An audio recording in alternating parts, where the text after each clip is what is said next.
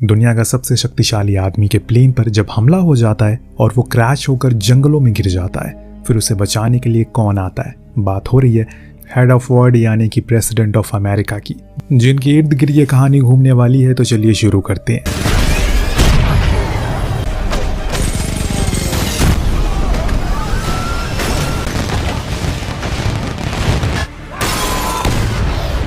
नियोल नाम की रिपोर्टर, जिसे हम पेरिस के खास टमाटरों से खेलने वाले बीच में देखते हैं, जहां वो रिपोर्टिंग कर रही है। असल में नियोल एक MI6 की एजेंट है जो दुनिया की कुछ खूंखार और शातिर एजेंसीज में से है, पर वो अकेली नहीं है, उसके साथ है CIA एजेंट कुक। दरअसल ये लोग एक क्रिमिनल को पकड़ने के लिए आए हैं जिसका नाम है विंटर, जिसकी तलाश में ये सालों से हैं और आज इन्हें पुख्ता सबूत मिले हैं कि वो यही इसी फेस्टिवल शुमार होने वाला है। और इतने में इन्हें खबर मिलती है कि वो दिख गया, इसीलिए अब ये लोग उसके पीछे लग जाते हैं। तभी इन्हें वो किसी दूसरी जगह पर दिख जाता और फिर तीसरी, ऐसे ही करके वो एक से ज्यादा जगहों पर इन्हें नजर आने लगता है, क्योंकि उसे पता था कि ये लोग उसे पकड़ने के लिए जरूर आएंगे। इसी वजह से उसने ये चाल चली जिसके चंगुल में अब ये आ चुके हैं। पर नियोल का कहना था जहां जहां वो दिख रहा है वहां वहां लोगों को भेजो। तो अब सभी लोग उसके पीछे लग जाते हैं। खोजबीन चल रही थी कि तभी बीच फेस्टिवल में एक वैन आती है, जो काफी अजीब बात थी क्योंकि ऐसे कोई भी यहाँ इस फेस्टिवल में वैन लेकर तो नहीं घुस सकता। लेकिन तभी उस वैन से 3 लोग बाहर आते हैं और जो MI6 की वैन थी जिसमें से ये लोग बैठकर सब चीजों पर नजर रख रहे थे, उसके अंदर सभी लोगों को ये लोग भून डालते हैं। फिर आर्थर नाम का शख्स अंदर जाकर जितने भी डाटा थे सब कॉपी कर लेता है और इधर नियोल भी हर किसी से लड़ रहा था क्योंकि वहां बहुत ही ज्यादा लोग थे, जिन्हें खत्म करने के बाद वो लोग अपने लोगों के पास आए तो ओल्गा ने उन्हें शूट करके नीचे गिरा दिया और उस पूरी वैन को बम से उड़ा दिया ताकि कोई सबूत ही ना रहे। इसके बाद हम PM ऑफ लंदन को देखते हैं, जो नींद से उठने के बाद जब वो टीवी ऑन करते हैं तो वहां अमेरिकन प्रेसिडेंट के बारे में बताया जा रहा था। दरअसल वो पहले एक एक्शन हीरो हुआ करते थे, लेकिन बाद में उसने पॉलिटिक्स में काफी नाम किया, अब जाकर इसी मुकाम पर आ गया। रिपोर्ट को देखने के बाद उसे याद आया आज तो उसकी मीटिंग है US प्रेसिडेंट के साथ। अब जॉन जब वॉक पर जाता है उसे पता चलता है जो टीम मिशन पर गई थी पेरिस, वो पूरी की पूरी खत्म हो चुकी है। ये सुनकर उसे बेहद अफसोस हुआ, वो उसकी कुछ अच्छी टीमों में से एक थी। खैर अब बात आती है प्रेसिडेंट विल पर, जिसके पास उसकी असिस्टेंट आकर बताती है कुछ ही देर में उसकी मीटिंग होने वाली है PM ऑफ इंग्लैंड से। पिछली बारी जब वो दोनों मिले थे तो काफी अनबन हुई थी, लेकिन इस बारी वो इन बातों का ख्याल रखे। विल कहता है कि ठीक है, वो ख्याल रखेगा। दरअसल इस मीटिंग का खास मुद्दा है पेरिस में जो कुछ भी हुआ इस चीज को लेकर, क्योंकि ये खबर पूरी दुनिया में फैल चुकी है। कुछ पलों के बाद ये दोनों आमने सामने होते हैं। देखने में तो काफी हद तक ये सिमिलर लग रहे हैं, पर इनमें काफी चीजें अलग होती है। जैसे विल हमेशा हंसमुख अंदाज में रहता है, तो वहीं जॉन काफी सीरियस रहता है अपने देश और अपने काम को लेकर। इसीलिए दोनों में कुछ खास बनती नहीं है, पर दुनिया को दिखाने के लिए इन्हें मिलना पड़ता है। अब कॉन्फ्रेंस शुरू होती है। हर बारी की तरह इस बार भी विल से ज्यादा सवाल पूछे जाते हैं, खासकर उसकी फिल्मों के बारे में। लेकिन उन्हीं के बीच एक रिपोर्टर उठकर पूछ लेता है जो कुछ भी पेरिस में हुआ वो क्या था, कौन उसकी जिम्मेदारी लेगा, क्या मिशन फेल हो गया। जॉन ने कहा कि वो मिशन फेल हो चुका है, लेकिन उसमें वैसा कुछ भी नहीं हुआ जैसे कि मीडिया में दिखाया जा रहा है। बीच में तभी विल उसकी बात काटते हुए कहता है कि मिशन अभी जारी है, जिसने भी वो घिनौना काम किया है उस जगह पर गोलियां चलाकर उसे छोड़ा नहीं जाएगा। उसकी इस हरकत से जॉन बहुत गुस्से में आ गया, इसीलिए कॉन्फ्रेंस खत्म होने के बाद उन दोनों के बीच एक बार फिर से तू मैंने हो जाती है। तब विल की असिस्टेंट आकर उन्हें समझाती है वो लोग छोटे बच्चे नहीं है बल्कि बहुत बड़ी शख्सियत है, इसीलिए उन्हें ये बार बार नहीं करना चाहिए। दोनों चुप हुए। इसके बाद वो उन्हें आगे के प्लान के बारे में बताती है। उन्हें अभी कुछ फोटोज क्लिक करवानी है, फिर एयरफोर्स 1 में बैठना है जहां से उन्हें आगे की मीटिंग के लिए लेकर जाया जाएगा, लेकिन उससे पहले उन्हें अच्छे से साथ में रहना है। अब वो बाहर जाते हैं और जैसे उन्हें बताया गया वैसा वो करते हैं। पहले कुछ फोटोज और फिर साथ में जाकर चुपचाप एयरफोर्स में बैठ जाना। लेकिन अब यहाँ से कहानी अलग मोड़ लेने वाली है, क्योंकि अब होने वाला है आज तक के इतिहास में जो कभी नहीं हुआ। उधर हम विंटर को देखते हैं जिसे पता लगता है नियोल अभी भी जिंदा है, इसीलिए वो अपने लोगों पर बहुत ज्यादा गुस्सा करता है, क्योंकि अब शायद उनके लिए मुसीबत खड़ी हो सकती है, क्योंकि नियोल ने उनके लोगों को देखा होगा। अगर उसने किसी को कुछ बताया तो खेल खराब हो सकता है। इसकी सजा वो अपने स्नाइपर को देता है, क्योंकि उसका काम था कि अगर कोई इसमें बच जाता है तो उसे मार दे, लेकिन उसने अपना काम नहीं किया और इसीलिए उसे सजा तो मिलनी थी। उसके मुंह में गर्म पानी डाल, और ये सब दूर बैठा आर्थर देख रहा था, जो पेशे से हैकर है, जिसे हमने शुरुआत में देखा था। वो अपने साथ में MI6 के आधे से ज्यादा डेटा को लेकर आया, पर उसके चेहरे से लग रहा है कि जरूर कुछ गड़बड़ हो गई है। दूसरे सीन में विल जॉन के सामने अपनी तारीफों के पुल बांध रहा था, वो कैसे कैसे करके यहाँ तक पहुंचा।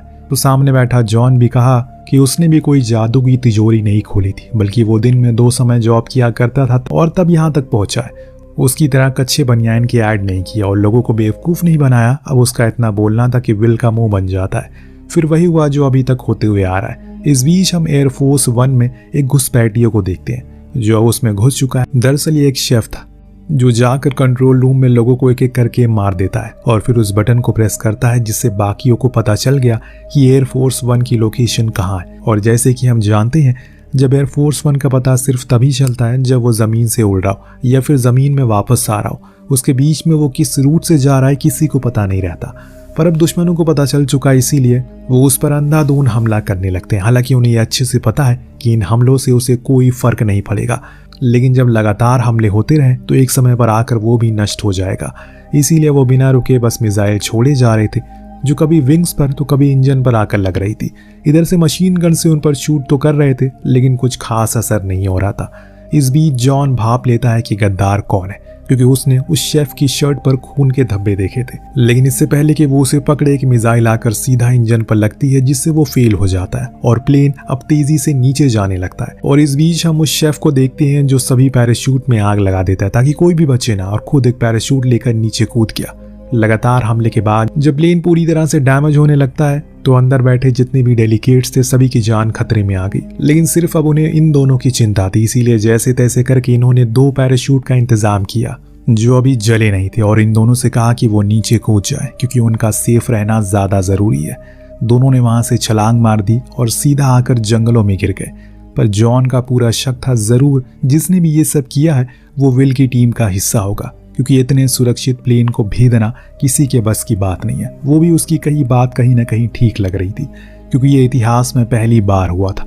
कुछ देर बाद पूरी दुनिया में ये न्यूज़ फैल जाती है कि एयरफोर्स 1 को शूट डाउन कर दिया गया है। जितने भी लोग थे वो नहीं बचे। तो विल कहता है कि उन्हें ज़रूर यहाँ पर कोई ना कोई बचाने के लिए आएगा, पर जॉन उसे हकीकत से रूबरू करवाता है कि ऐसा कुछ नहीं होने वाला, क्योंकि जिन लोगों को पता है कि हम जिंदा हैं वो अब सभी मर चुके हैं। अब सिर्फ यहाँ वो लोग आएंगे जिन्होंने ये सब करवाया ताकि वो हमारी मौत की पुष्टि कर सके, और इसीलिए उनके आने से पहले हमें यहाँ से निकलना चाहिए और पास के ही बंकर में जाना चाहिए जिस बारे में तुम्हारे आदमी ने बताया था। विल मान गया, क्योंकि जब इन्होंने एयरफोर्स 1 की हालात को देखा तो सच मान लिया। अब ये वहां से जंगलों के रास्तों से आगे जाते हैं, जहां जाकर इन्हें कुछ छोटे मोटे घर दिखे जो चारवाहों के थे। वहीं एक कार भी थी जो देख विल कहता है हमें जाकर उन्हें बता देना चाहिए कि हम कौन है, फिर हो सकता है कि वो हमें कार देते जिसकी मदद से हम बंकर तक पहुंच सकते हैं।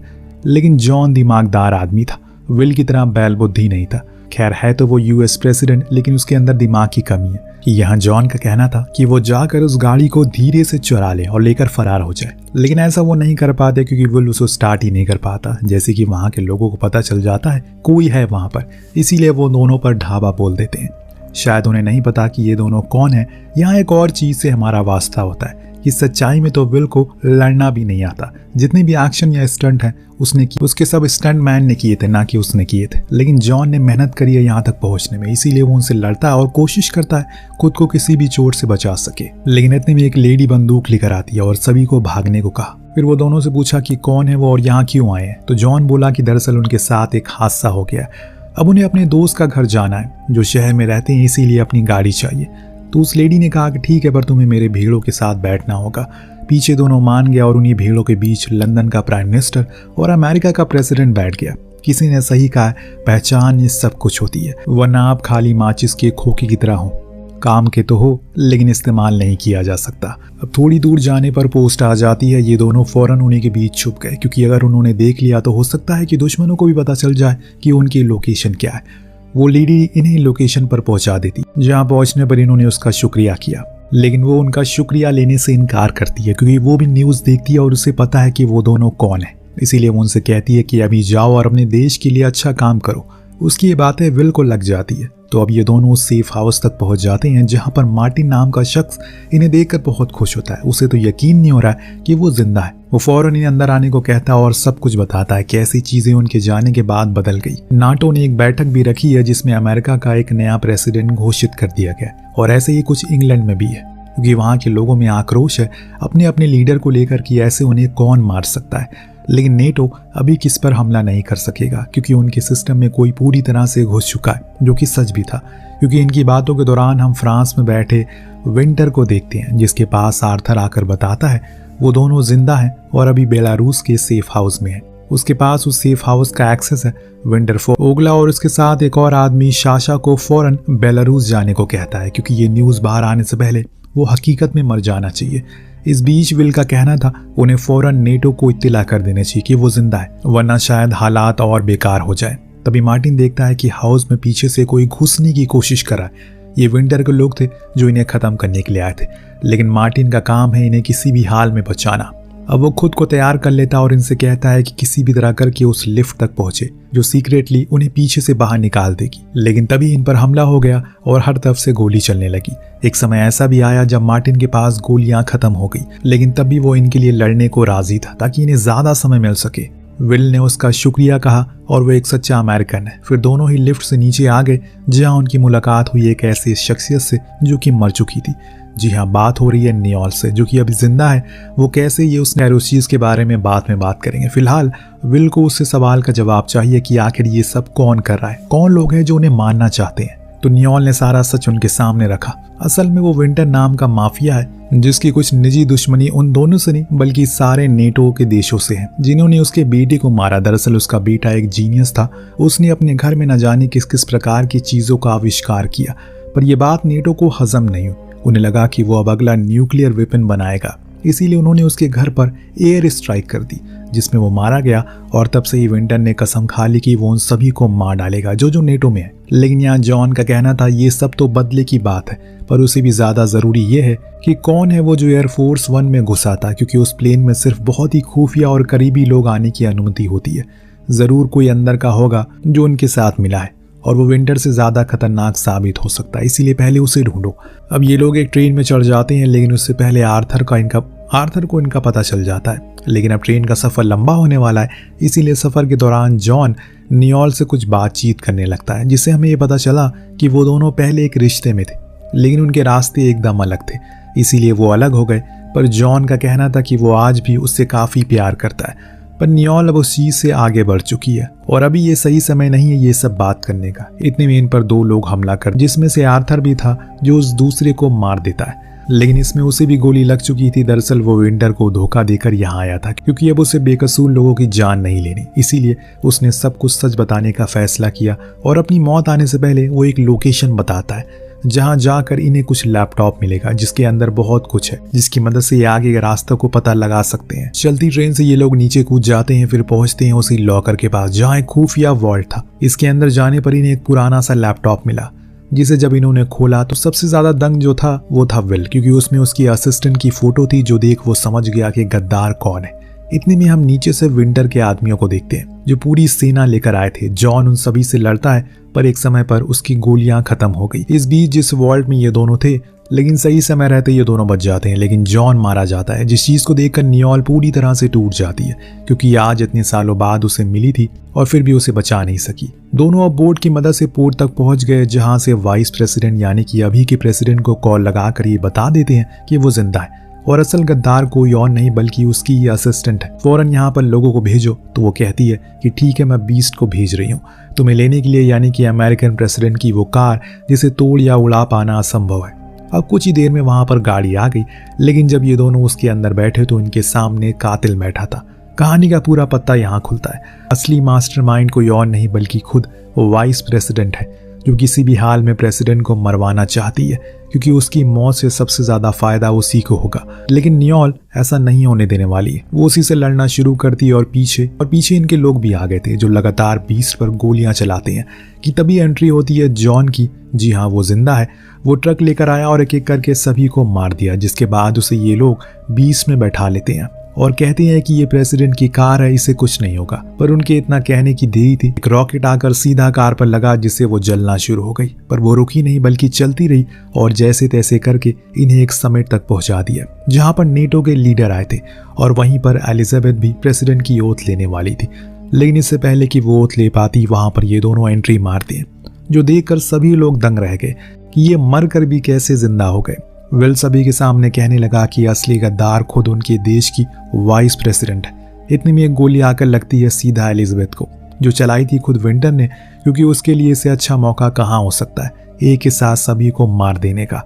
इसीलिए वो यहाँ आया, लेकिन नियोल उसे ऐसा करने नहीं देगी। वो उसके आदमियों को मारने लगती है। तो इधर ये दोनों बाकी लीडर को सेफ जगह ले जाने लगते हैं। जितने भी गार्ड्स थे उन्हें अंदर भेज देते हैं। विंटर को जब लगता है कि वो हारने लगा तो वो चॉपर से भागने की कोशिश करता है, लेकिन अहम मौके पर विल एक मूर्त उस चॉपर के पंखों में फेंक कर उसे क्रैश करवा देता है और कुछ इस तरह से दोनों ने मिलकर उस माफिया का गेम बजा दिया। आखिर में चीजें बेहतर होती है तो हम विल और जॉन दोनों को एक कैफे में बैठा हुआ देखते हैं, जहां विल उसे नियोल का नाम लेकर बार बार टीज करता है। उसी दौरान बाहर ढेरों मीडिया गार्ड और फोर्सेस खड़ी थी जो ये बता रही थी कि अभी भी ये दोनों प्रेसिडेंट और पीएम है। सीन कट होता है मार्टिन पर जो अभी जिंदा है और लड़कियों को ये कहकर इम्प्रेस कर रहा है उसने अमेरिकन प्रेसिडेंट और ब्रिटिश प्राइम मिनिस्टर की जान बचाई। वो सभी हंसना शुरू करती हैं तो वो कहता है कि यार कोई यकीन ही नहीं करता, एक सेल्फी लेना बहुत ज़रूरी है आज के समय पर तभी नियोल की आवाज़ पीछे से आई और कहा कि मुझे यकीन है, पर चलो अभी तुम्हारे लिए एक काम है। और बूम, कहानी यही खत्म होती है। तो आपको ये कमाल की कहानी कैसी लगी हमें कमेंट करके जरूर बताएगा। मिलते हैं अगली वीडियो में। Thank you so much watching, peace out.